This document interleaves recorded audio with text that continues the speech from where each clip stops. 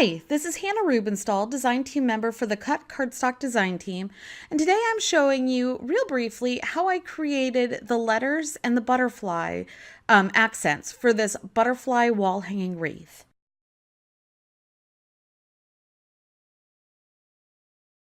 To start with, for each of my letters, I spelt the word spring. For each of those individual letters, I cut 3 letters out with some alpha dyes that I had.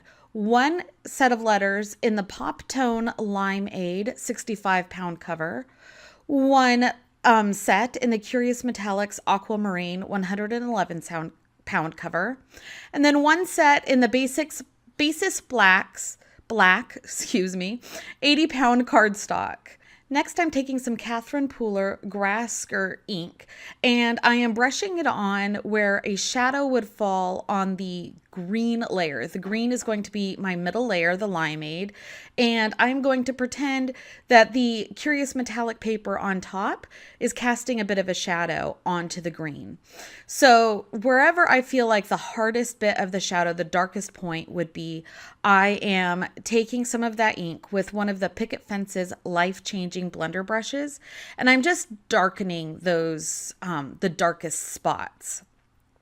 You don't have to do the whole side of the letter. You just need to figure out where the light source is coming and just emphasize the darkness, because we're gonna have some of that lighter green show through, and that'll be the shade. What I've added was a bit of the shadow.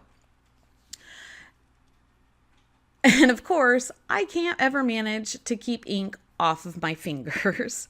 Once that ink is set and dry, I am going to glue the blue and the pop tone layer, the green, which is the middle, to the Curious Metallic Aquamarine, and I'm using some Nuvo Deluxe adhesive. Before I do that, if I notice anything funky with any of my letters, because I use a ton of adhesive when I die cut, I'm taking my adhesive eraser to the letters just to clean them up and make them look super duper nice. Once that is done, I'm going to pause there, allow the glue some time to dry, and I'm going to move on to my butterflies. All right. For the butterflies, I die cut 3 separate butterflies out of the same Curious Metallic in Aquamarine. I wanted a fluid look between the letters and the butterflies. I didn't want it to be too crazy and jarring, so I went with the same color. However, if you wanted to do maybe an ivory, that would look really, really lovely as well. Using the life-changing blender brushes, I am taking some more Catherine Pooler ink in Party Dress and Flirty Fuchsia, and I'm just rubbing them around on the butterflies. I'm trying to make sure that one side of a butterfly is symmetrical to the other, but I'm also trying to make sure that neither butterfly looks exactly the same, because they are different die cuts. It would just look super odd to me if they were inked up, colored in the same way. I'm making sure I hit the center of the butterfly as well as the outside edge in varying degrees of lightness. And that's one of the really nice things with the life-changing blender brushes, is that you have so much control over the ink that you put on your paper. Once my butterflies are done, and by the way, it doesn't matter how much ink I'm putting on these guys, you can see all of the shimmer from the Curious Metallic paper. It's a really, really shimmery and really, really pretty.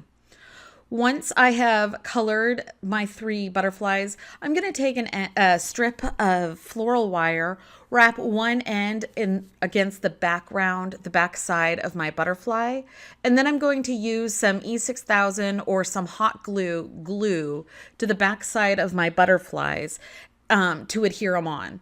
I also neglected to share that I did, just in case people saw the backside, I also colored the backside of my butterflies as well. So this way, if maybe you have French doors, the backside is still going to be pretty. Now that the glue has dried on my letters some, I'm coming in to add another pop of bright highlight to the light source, the point on the letters where the light source might have hit it. Remember that light source that I had imagined and created the shadow? Well, now I'm creating the highlight, and this is going to be on the top layer of the letters. It's the Curious Metallic layer. Again, I am also still cleaning up some bits from my with my adhesive eraser. I run a lot of washi tape through my die cutting machine to hold things down, and it tends to leave a lot of adhesive behind. I am using the Tonic Nuvo Dream Drops in Cloud 9. It's sort of a white, really iridescent Nuvo drop. And the reason why I am using that to adhere the sparkle dust in Snow Glow is because, unlike a lot of adhesives, this doesn't level. So I'm always going to have a rounded edge, which is just another 3D layer effect that I was looking for. Just a little pop of where the light would be. And the reason why I used the Cloud 9 color was just in case there were areas that my white glitter did not cover, you wouldn't really notice it. I'm not using something of a different color. However, it might have been neat to maybe pick a different color, maybe a pink or a yellow, perhaps. That might have been interesting as well. So I'm just sprinkling it on, and then I'm going to move on to the next step in about 20 minutes after I let this dry. So the final step in my letters is I need to adhere the black layer down, and I need to run some string between the letters so that I can suspend it from my butterfly. I ran a piece of string from one side of a butterfly's wings to the other side of the butterfly's wings. You will see a second string that I use, and that's just between the bottoms of the letters, just to help stabilize the letters and keep them in place. I am using a mixture of score tape and Nuvo Deluxe adhesive. I just wanted to cover all of my bases. There was going to be some weight. There was going to be the need to always hold on to that string.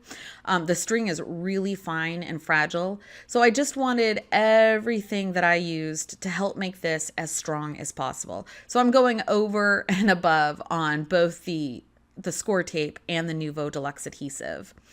But I ran from underneath the top side, the top side of the letters, I ran the string that was going to be connected to the butterflies. And on the bottom side of the letters, I ran some string that was just connecting those individual letters. Again, this is between the green pop tone layer and the basis black cardstock. And that was it. It was so easy as pie to create this. The thread, the invisible thread, is silky invisible thread. It was a little bit difficult to work with because it was so fine, and having multiple strings being utilized at the same time helped added to some of my confusion. But it just took a little bit of patience, and the result is this really lovely wreath that my family is putting on their doorstep to welcome in spring.